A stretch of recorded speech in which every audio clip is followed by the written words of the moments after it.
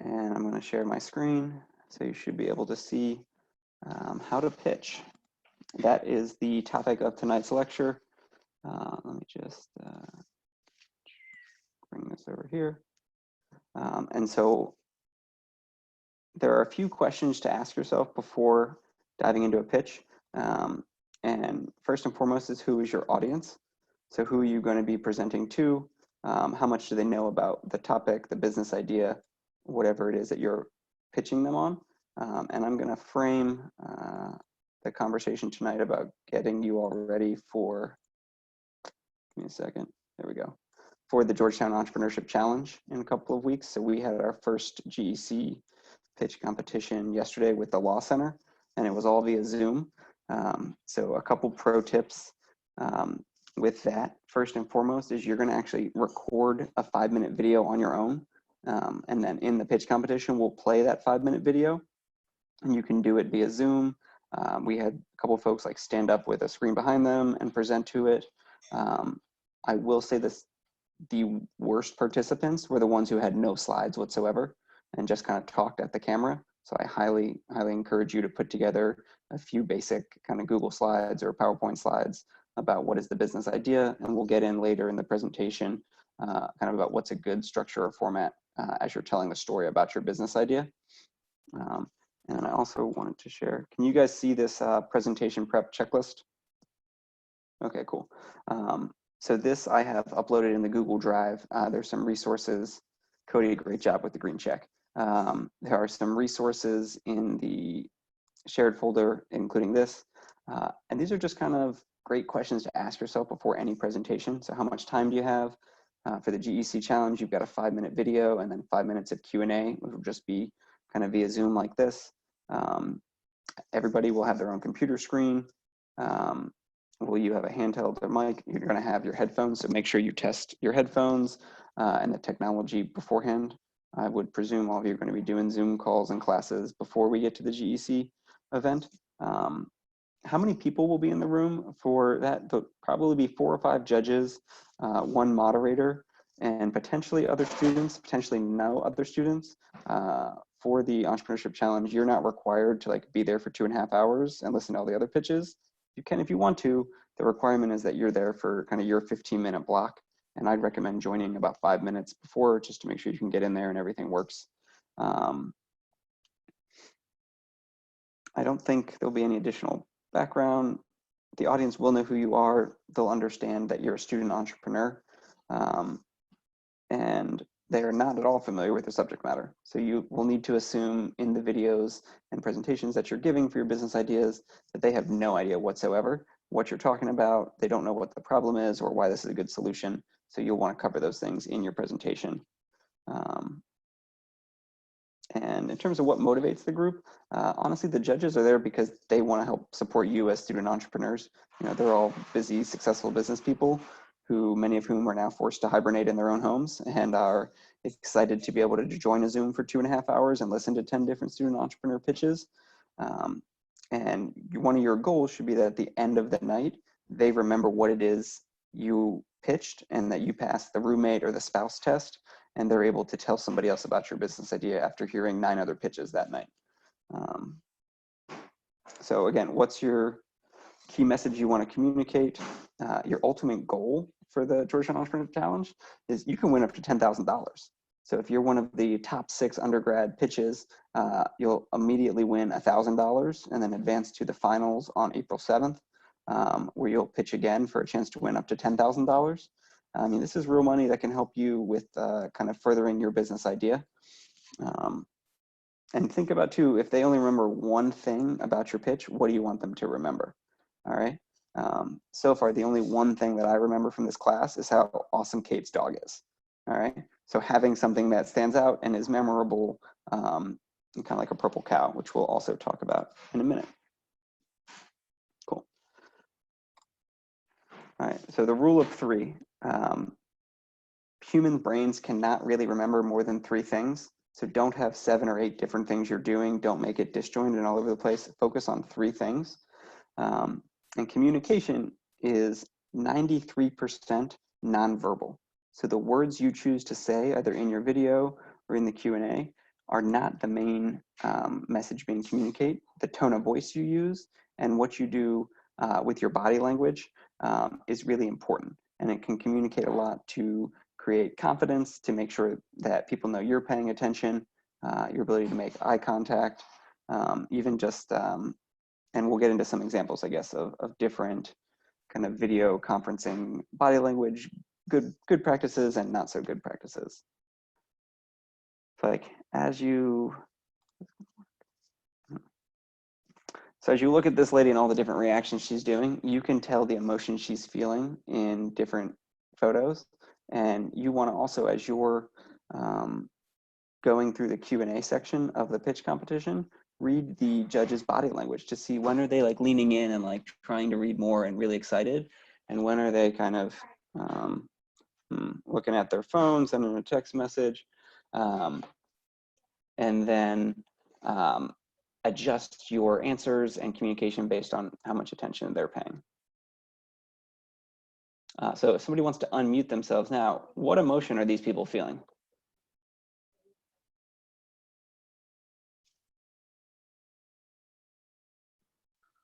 Shock or surprise. Yeah, great answer, Tori. And they didn't say a single word, and you're able to tell that. So here's another example of a lot of different headshots and the facial expressions that people are making. So what I've found is fascinating over the past couple of weeks, as I've spent a lot of time in Zoom video conferences, is both reading other people's kind of upper body language, as well as being more cognizant of my own. And a lot of times my initial reaction, my like system one brain is like, oh, but I realized like, oh, that's not actually how I want to be reacting to what one of my coworkers said. And so being both cognizant of other people's, as well as what are the messages you're sending out. And if you're on mute in a classroom environment, all people are getting, you know, is your eyes and kind of your face and what your eyebrows are doing. So be thoughtful and self-aware at the very least of what it is your face is saying. You know, here's another example of positive body language.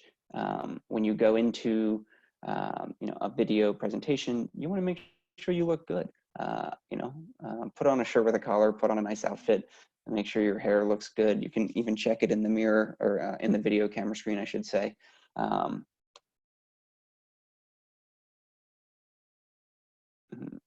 then we're going to load the next slide, or maybe just hit, oh, there we go. Hold on.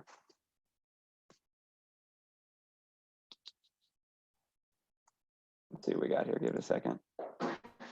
I didn't want to miss this because this is Ricky Bobby saying, I don't know what to do with my hands. All right. So part of communicating via the video screen is that you don't really need to use your hands. What I found is the only useful and effective time is to give people a thumbs up. So if somebody asks a question and you're on mute, professor's like, hey, you know, does this make sense? Throw a thumbs up. That's great. It's a good nonverbal communication. If you can't hear something, maybe throw a thumbs down. Besides that, there's not much you need to do with your hands.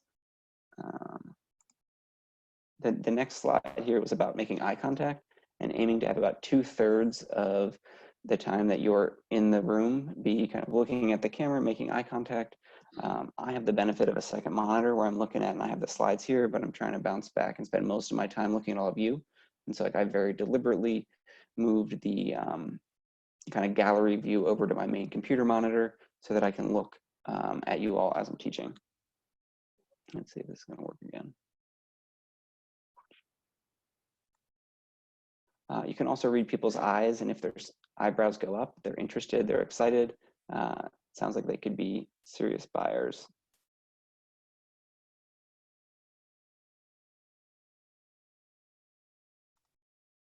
All right, so I'm gonna dive into now how to tell a story. And a big part of any pitch or presentation is that you're a storyteller. And the goal of any good story is that it leaves the room. So one of my goals in tonight's lecture is that you learn at least one new thing besides that Kate has a great dog, and that leaves the room, and that you go tell somebody that you're now living with, your parents, siblings, whoever it is, you know, what's one lesson that you learned from tonight's class that you can both share as well as put in practice as you're getting ready for the Georgetown Entrepreneurship Challenge. And maybe that one thing is just the fact that if I go to the side I have Justin Timberlake right there looking over my shoulder. Think about that. All right. At the very least, that's something unique, memorable, and can tie into the story being told. And so any story has several key elements to tell the narrative arc. There's a setting, where does it take place, who are the characters? Think about like the first episode of any TV show that you've ever watched. The first episode, they call it the pilot, because they do so much character development in that first episode to introduce people. They say their names more times than they probably need to. They reference where they're from or what they're, how many siblings they have or how they're connected to the other characters or where they work. You know, there's a lot of early character development. And then there's a plot. You know, what is the hero journey that the main character is going on? And I love to use Wedding Crashers movie as an example here. So for those of you who aren't familiar, you know, two guys end up crashing a bunch of weddings, and believe it or not, they fall in love with a girl at one of the weddings. And this is all sort of the rising action. And then it turns out they've been lying the whole time about what their names were, their background. They don't actually make maple syrup in New Hampshire. And when the girl he falls in love with finds out about this, she gets super angry and kind of says, oh, I don't want to talk to you anymore. And there's always this kind of turmoil. So in any good story, there has to be this challenge and kind of this dip where basically in any romantic comedy you've ever seen, there's this period where like they're playing lonely, sad music and the person's wandering off. In this case, they went from wedding crashing to funeral crashing. At any point you're crashing funerals to try to pick up a date, probably not in a good place. All right. And then as the story continues to unfold, the hero kind of develops a skill or self-awareness or confidence and is able to overcome some adversity. And this is important too, as you think about the story you're telling about the business idea and what you've developed.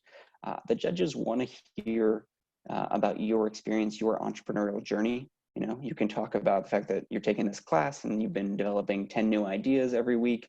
And then as you've been thinking through the ideas, you know, this was the one that you thought was the best or had the most potential. And then you can tell them about the customer discovery process.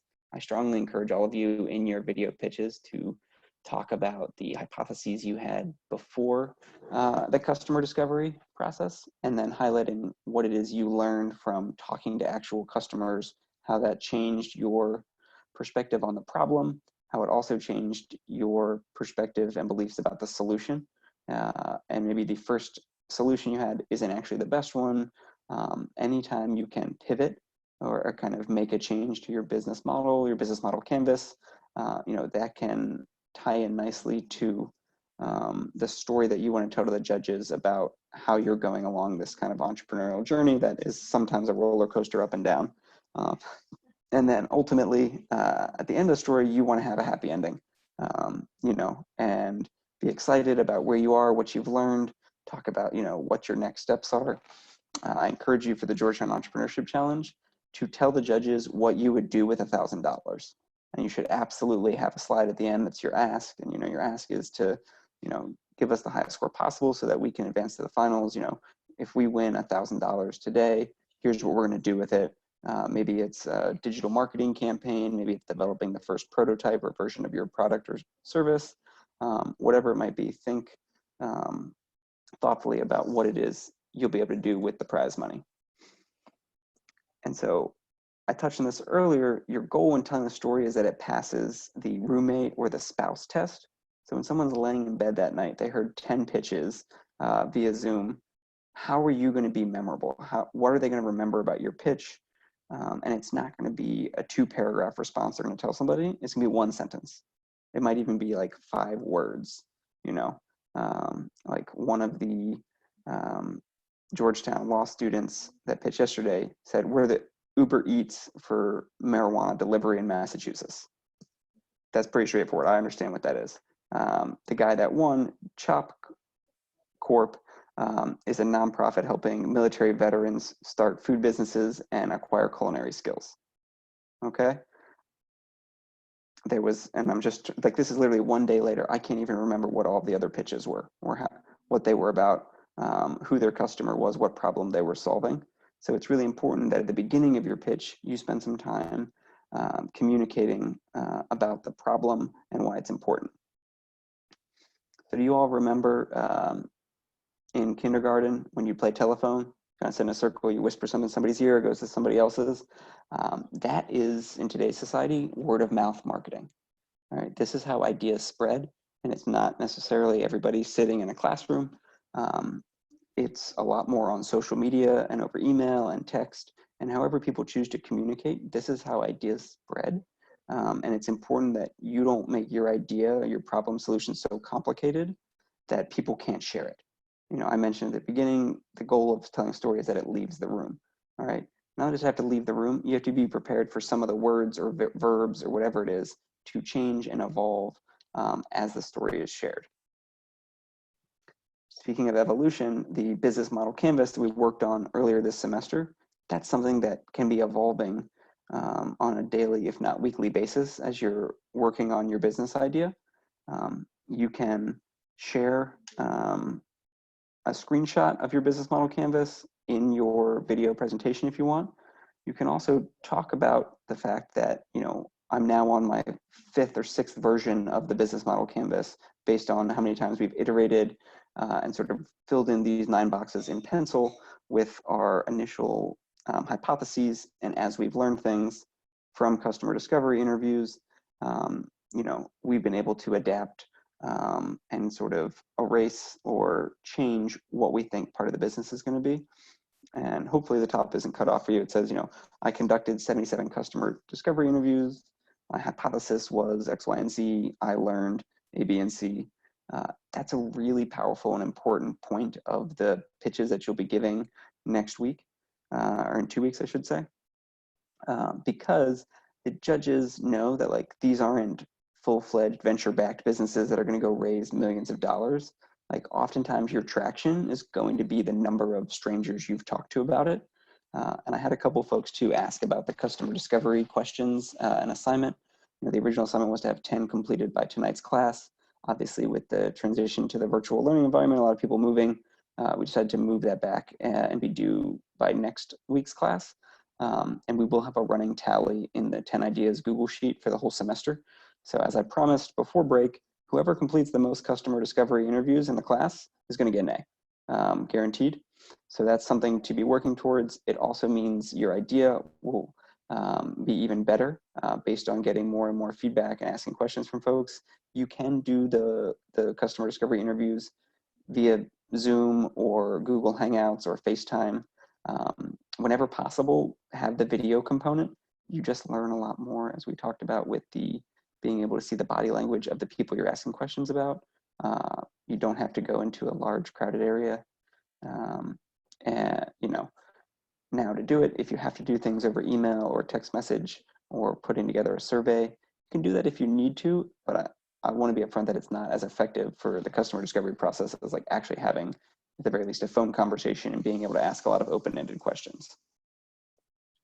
Boom. So I've got 6 quick hitting Zoom tips for you when recording your pitch and also when participating in any of your classes. First and foremost, proper lighting. Make sure you're not sitting in the dark. People want to be able to see you. Watch your angle. Like if this was my camera, that'd be kind of weird if I spent the whole time talking like this.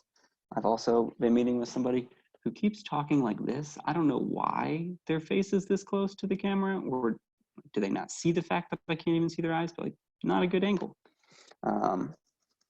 Look presentable, at least from the waist up. You know, I was so professional as to put on a shirt with a collar for this lecture. I mean, look at that, it's amazing. You can be comfortable though, but I think the adage of dress as you hope to be perceived is really good advice. You know, if you're gonna record a video for this pitch competition, think about what's an outfit you feel comfortable in, you're gonna look professional in. Take a shower, do your hair, you know, make sure that you look very good. And then also be deliberate about the scene behind you. You know, what is your background? I had a lot of fun putting together this bookshelf. It's got all my favorite books. If I come over here, the peace sign is kind of up here. I started with that originally behind me, but then it looked a little bit like bunny ears, so I aired away from that. We got a nice framed photo of my dad and my dog up there. think about what your background is. The other option is just like, do you want just a white background? Maybe, but this could be not as distracting. But if there's ways to do anything in the background, like having a whiteboard or something that that supports what it is you're talking about, feel free to be creative. But you do want to overall minimize distractions. And whenever you're not talking, I think we've gotten pretty good at this. Turn off the microphone. And for any classes, if you need to step away or something, just turn the video off. It's much better to see no video than for people to be wondering where the student is and there's just nobody there. Okay? All right, so we're gonna have some fun here talking about one of my favorite authors, Austin Kleon. He wrote a book called Steal Like an Artist. And the thesis of the book is that if I was to paint the Mona Lisa verbatim and just copy the whole thing and say, hey, look at this great painting, that's plagiarism, all right? But if I just took a screenshot of everybody's head right here and used, Colin's cheeks and Ken's nose and Clara's headband and Izza's chair, and Kate's dog, and painted them all together, boom, that's a work of art. That's creativity. I'm pulling different things from different places. And it's really this premise of stealing like an artist and being able to take the best from a variety of different presentations or ideas or things and put them together. And a couple of the other themes of the book is that side projects and hobbies are important. They can help foster creativity, help you think about things differently, look at problems in a different way. I've been actively playing the ukulele for more than a year. I just got a bass guitar out, and I even ordered a regular guitar from Amazon that showed up yesterday to start playing some music. If I'm gonna be isolated for the next couple of weeks or months, might as well learn some skills and have some fun along the way. And again, some of the good theft too involves stealing from many people, many sources. And I have this slide deliberately placed here. I guess some of the next slides you're gonna see, I've stolen from other people that are smarter than me and taught me how to pitch, present, and persuade. So we're gonna make a segue now into a video of President Obama and the first speech that he gave in 2004, not the first speech, but the first one publicly he gave at the Democratic National Convention.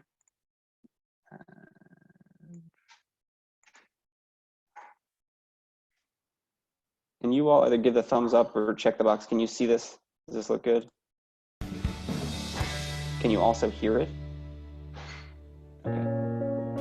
Cool. So we're gonna roll with this for about 6 minutes or so.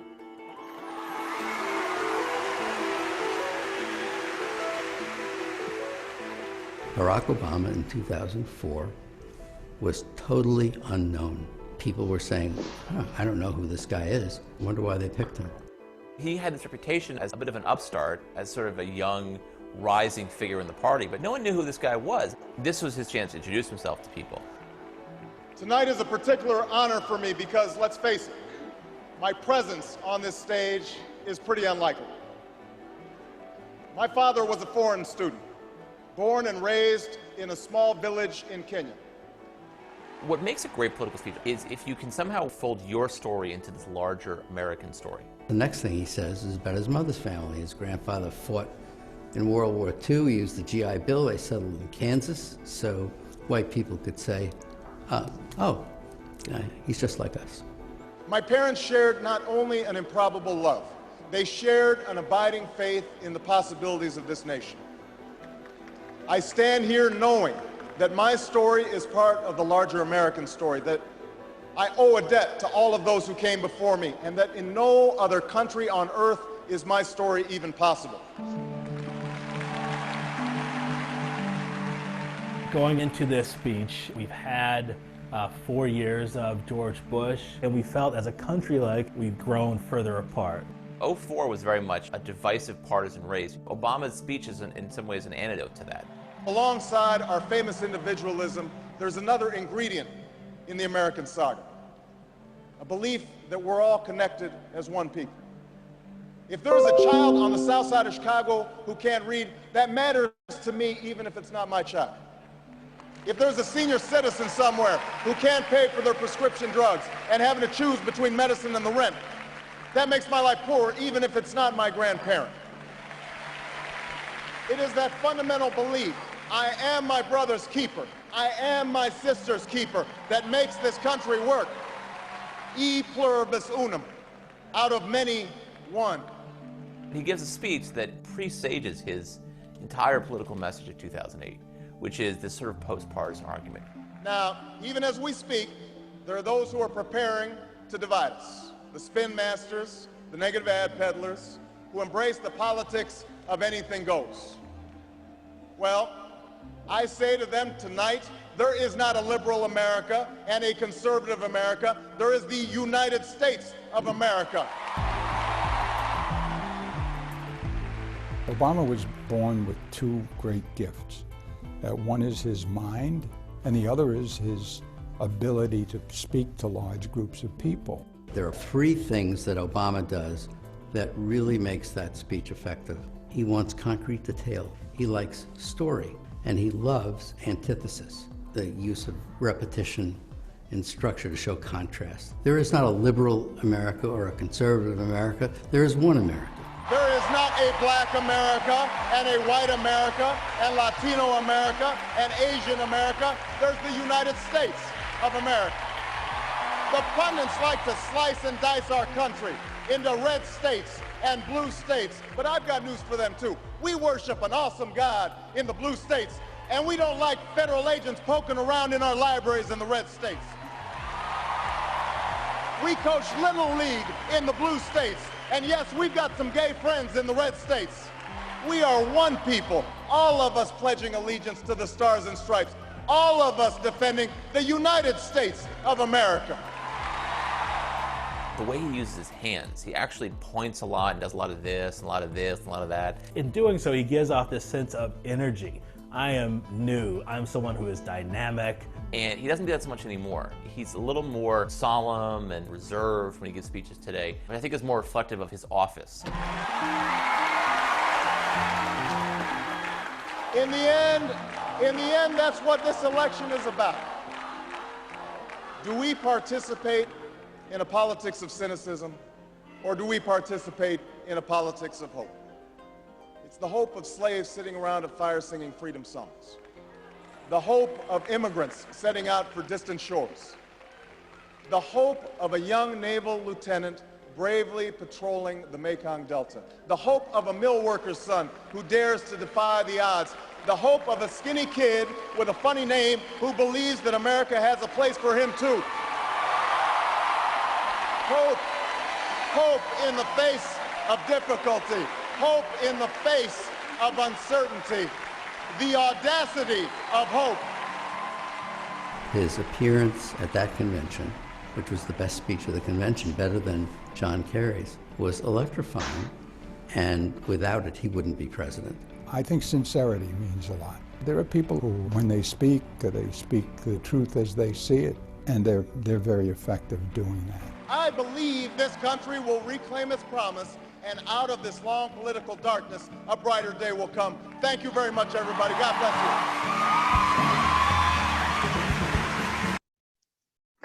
you. Cool. So as you can see there, Barack is literally the best public speaker example I think we could possibly have.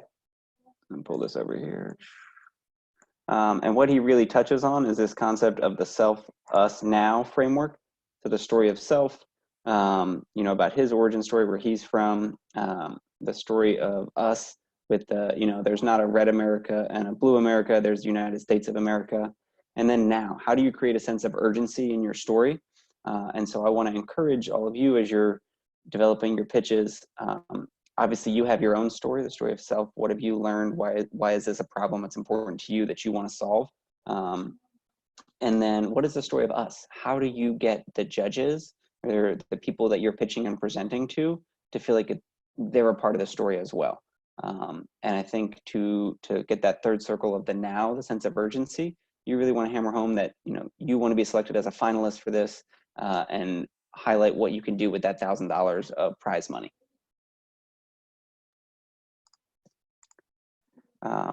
So here is a one-sentence pitch template, and we've done a couple of these Mad Libs in class previously.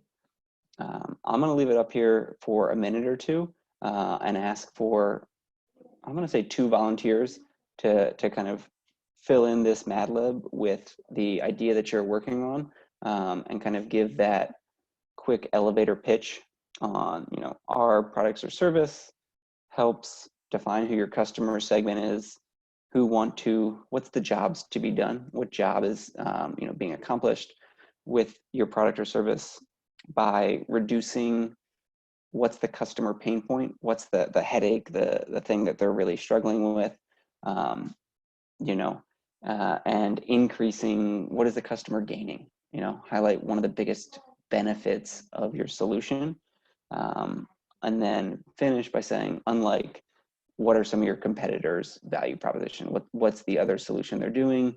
Either an old way of doing things or somebody else on the market who you've, you know, got a competitive advantage over. So I'll give you all a minute or two to work on this, and feel free to unmute and just kind of share your response once you've got it ready.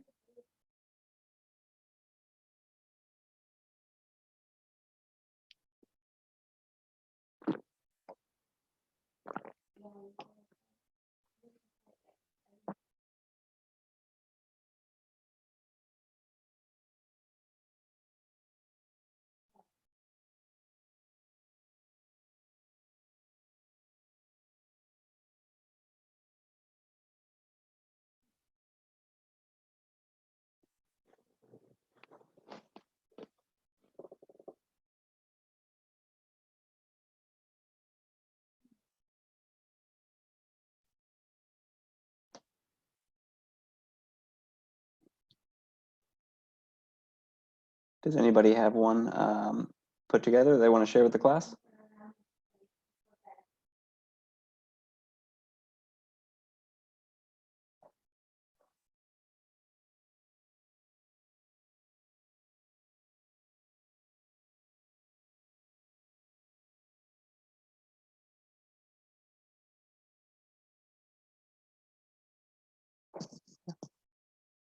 Kate, you want to go? Yeah, so mine's slightly different just because there's kind of main one gain over like impact, or like I'll just say it.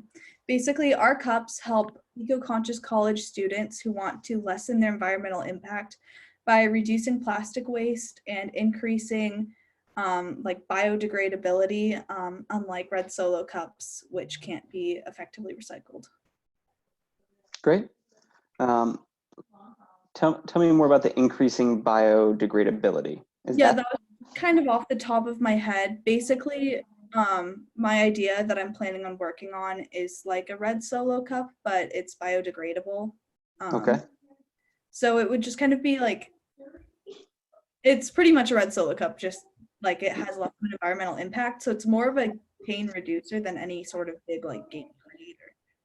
Well, maybe, you know, by increasing the positive environmental footprint. Yeah, I like that. Cool. Yeah, that sounds really good. Does anybody else have one they want to share before we move on?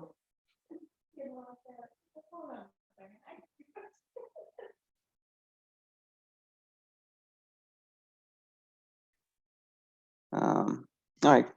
Well, cool. This is in the slides too. These will all be on Google Drive if you want to reference it. I think it's a very good template for you to think about how do you very succinctly articulate what it is you're doing. And when we talk about the kind of spouse test, or do the judges remember what it is, they should remember 3 of these 6 lines. They're not going to necessarily remember all of them, but think about how you can, similar to Obama, like repeat throughout the presentation the key points you want them to understand, as if you were in an elevator with them. Granted, in today's socially distancing world, I don't even know if we're allowed to get in elevators, so not as relevant. But you know, in 30 seconds or less, how can you communicate what it is you're working on, and how do you start by highlighting and defining the problem and the pain point? What color is this cow? Purple. Nailed it. Great job, Cody. And the reason it's purple is because that's remarkable. There's something worth talking about and remarking about this cow because it's not black and white. If you're driving down a country road and you see 100 different cows, you're not going to say anything. But suddenly you see a purple cow, you're going to be like, whoa, what was that? All right. there's an entire book by my favorite marketing author, Seth Godin, called Purple Cow.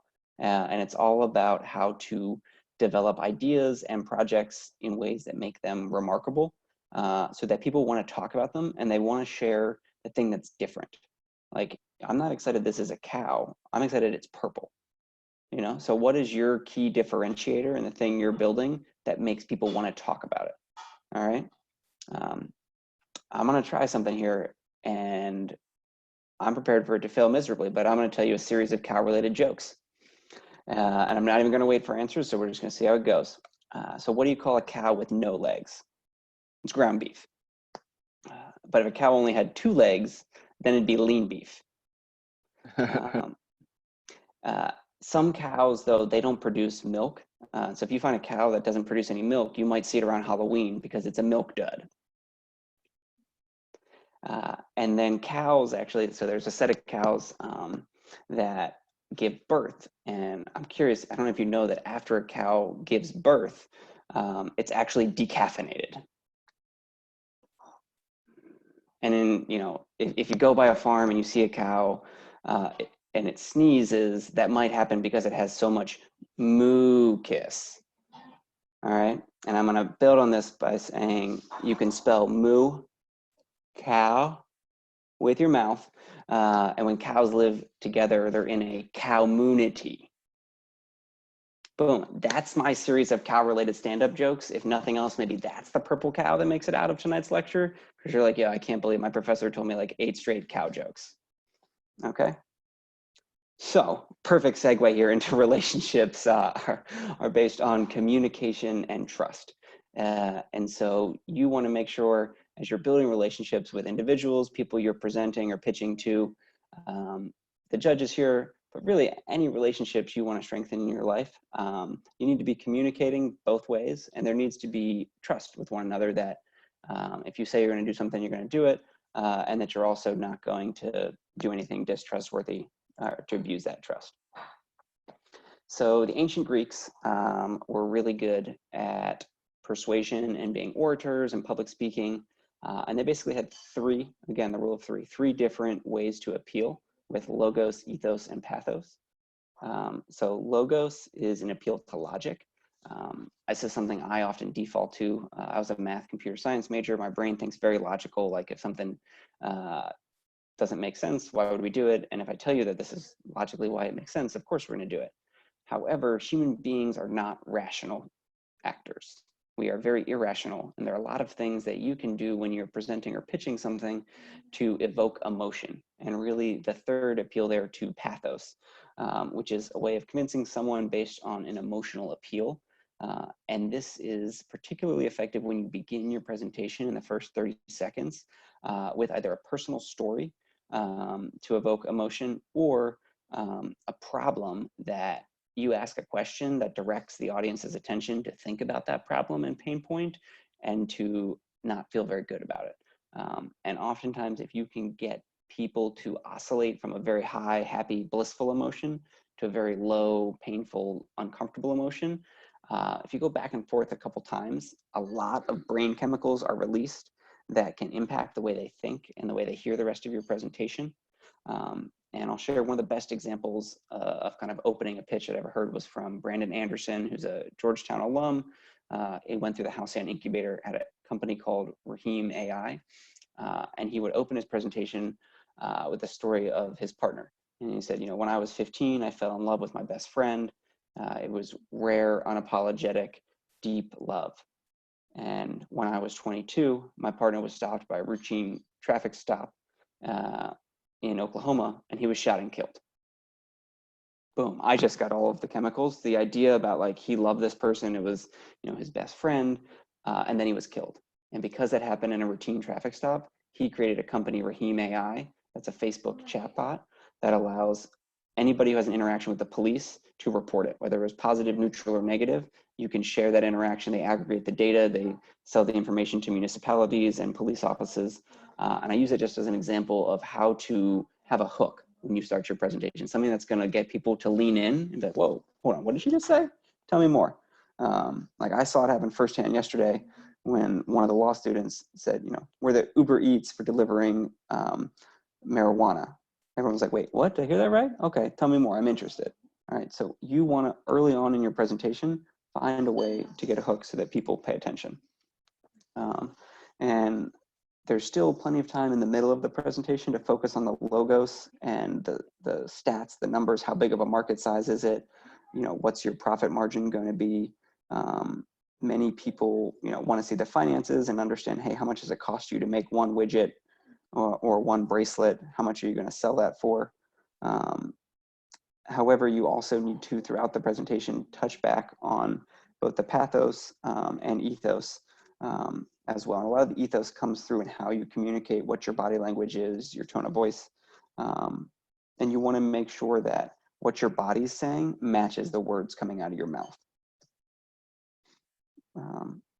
And so there's kind of this analysis from the head using logos, as well as from the heart, where storytelling really comes in. You can make that emotional appeal to create a shared understanding. All right, so there's a phenomenal author called Guy Kawasaki, and he has what's called the 10-20-30 rule. If you want to give a pitch in normal human form, you get 10 slides for 20 minutes with size 30 font. All right. In your case, I think you'll be fine with 3 to 10 slides. I've got a template I'll go over with you with 7 slides. I think it's pretty good. You're not going to get a full 20 minutes. You're going to have a 5-minute video and then 5 minutes of Q&A.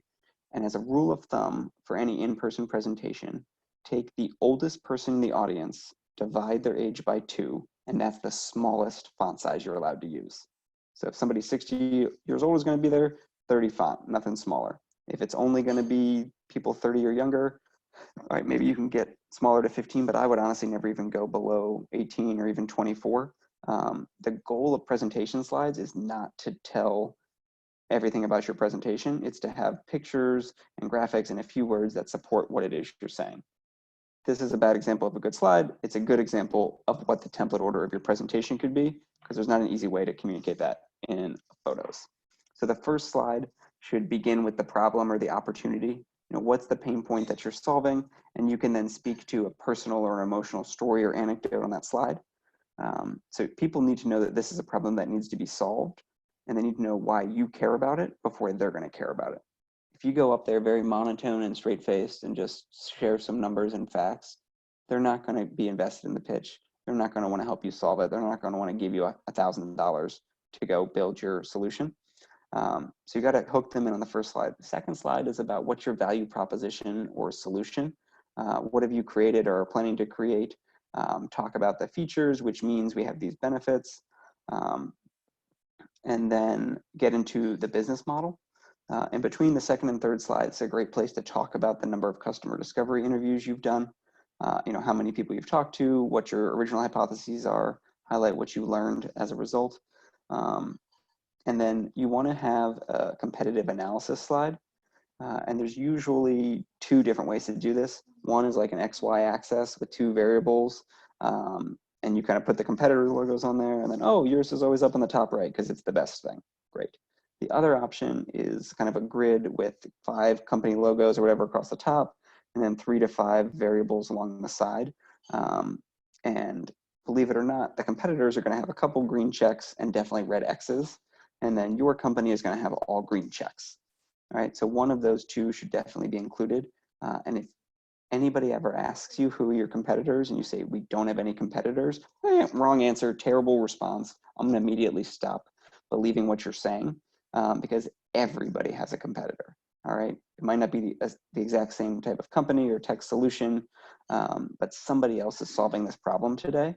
And it could be an old way of doing things, an analog way.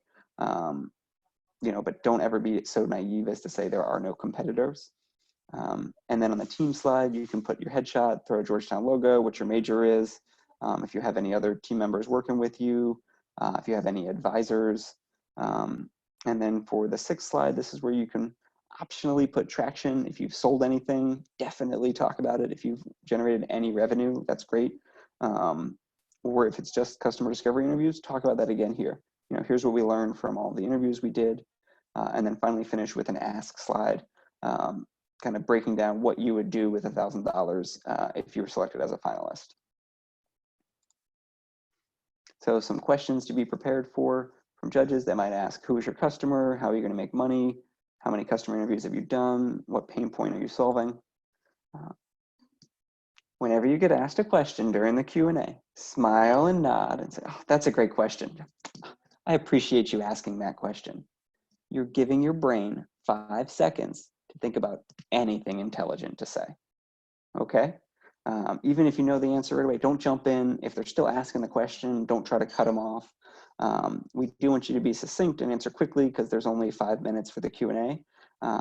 It's important though that you are welcoming and you have what I would call it a coachable spirit, right? The judges want to make sure that they perceive that you're interested in what they're saying. They might have a recommendation or a connection, to a potential customer or supplier or partner or somebody. Sometimes people will suggest ideas or things that you've already tried and it didn't work. Still let them ask and be like, oh, that's really interesting. Or, we tried reaching out to them and weren't able to get a good connection with that organization. Do you know anybody there you would be willing to introduce me to? Be open to it. You don't know if their college roommate is the CEO at that organization and you tried to get in at a lower level with somebody.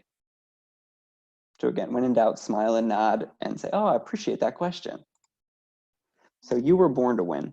And to be a winner, you need to plan to win, prepare to win, and then you can show up and expect to win. So again, this follows that rule of 3. And the best way to allocate your time is 60% planning, 30% preparing, and 10% expecting. All right, I'm able to show up and give this lecture tonight to you because I expect to do a great job because I've planned and prepared so much for giving this presentation. And it takes what it takes. So you can really have everything you want in life as long as you help enough other people get what they want. So to wrap this up really quickly, I encourage you as you're doing any pitches or presentations to be authentic, be yourself, don't try to be someone that you're not. And remember to breathe. Take a deep breath, all right? No one's gonna go tune out and do something else just because you decided to breathe for a second before you answer a question, or even in your presentation. You don't have to go really quick and rush through everything.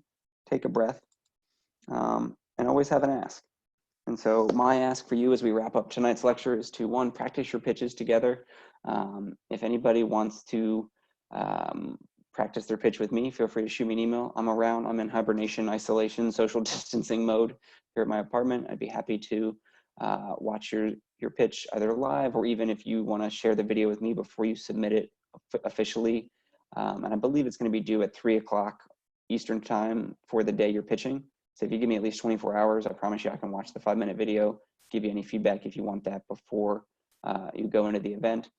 And I also want to give a quick update for what the rest of the semester looks like.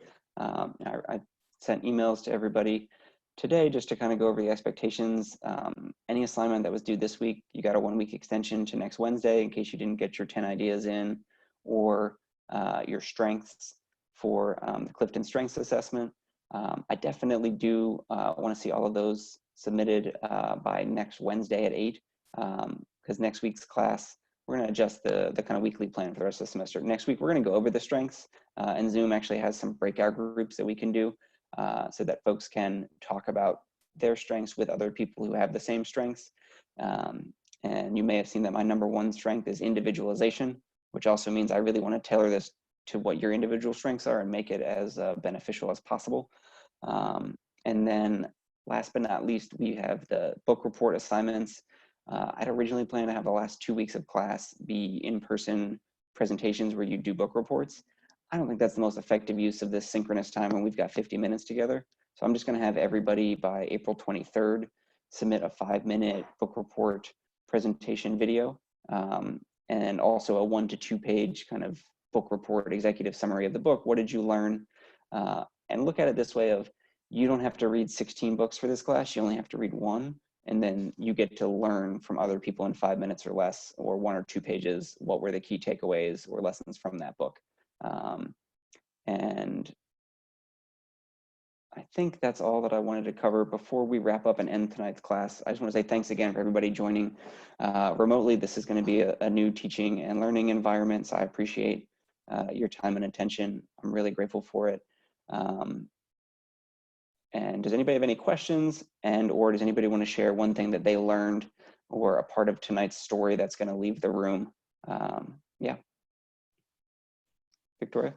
I just had a question. So wait, it's just to clarify, it's like a 5-minute for the entrepreneurship competition. It's a 5-minute video and then 5 minutes of Q&A. Correct.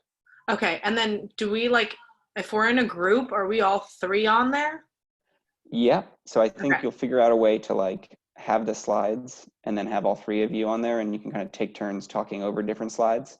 Okay. And then for the Q&A, each team will be assigned a 15-minute window. So it'll be like, join this Zoom from 7:45 to 8. Okay. And then all 3 of you can join. We'll literally play the video, kind of like we played that Obama video. Nobody will talk, we'll just listen to it.